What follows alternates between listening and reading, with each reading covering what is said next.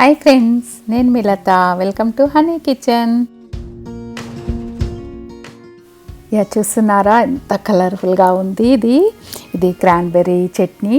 ఈ చట్నీ చేసుకోవడం చాలా ఈజీ, ప్లస్ చాలా టేస్టీగా ఉంటుంది. మనకి ఇడ్లీలోకి చాలా బాగుంటుంది, ప్లస్ రైస్లో కూడా చాలా ఈజీగా తినొచ్చు దీన్ని. అది ఎలా చేయాలో చూద్దామా.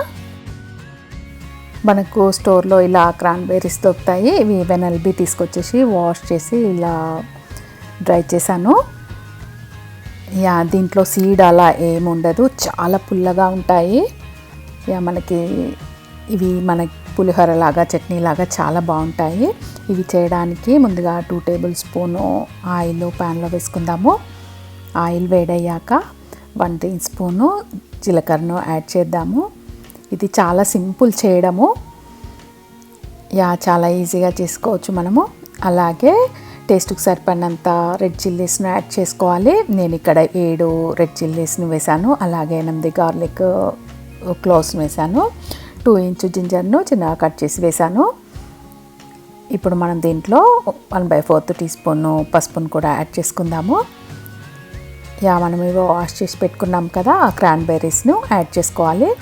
ఇవి ఈ టైంలో ఎక్కువ వస్తాయి. నవంబర్ డిసెంబర్ టైంలో, జనవరి అలా ఎక్కువ వస్తుంటాయి ఇక్కడ. ఇవి చాలా త్వరగా మెత్తగా అయిపోతాయి.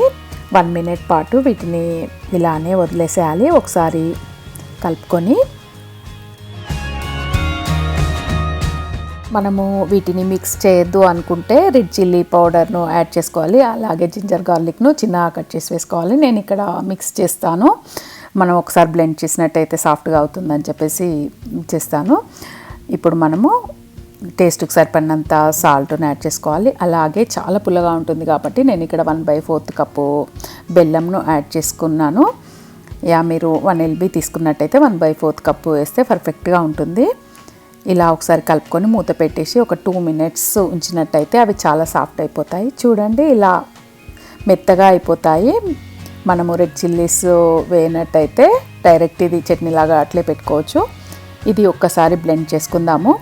రెడ్ చిల్లీస్ జింజరు అనేటివి పెద్దగా ఉన్నాయి కదా, అందుకోసం అని చెప్పేసి ఇక్కడ మిక్స్ చేస్తున్నాను. ఇలా ఒకసారి మిక్స్ చేసిన తర్వాత చూడండి ఇలా ఉంటుంది. దీంట్లో తాలింపు అలా ఏమీ అవసరం లేదు, చాలా టేస్టీగా ఉంటుంది. మనము ఎలా జింజర్ చట్నీ అలా పెట్టుకుంటామో ఆ టేస్ట్ వస్తుంది మనకి.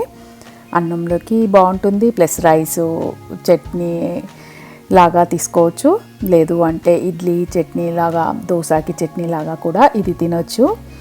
ఈ రెసిపీ మీరు తప్పకుండా ట్రై చేయండి. నచ్చినట్టయితే లైక్ చేయండి, షేర్ చేయండి.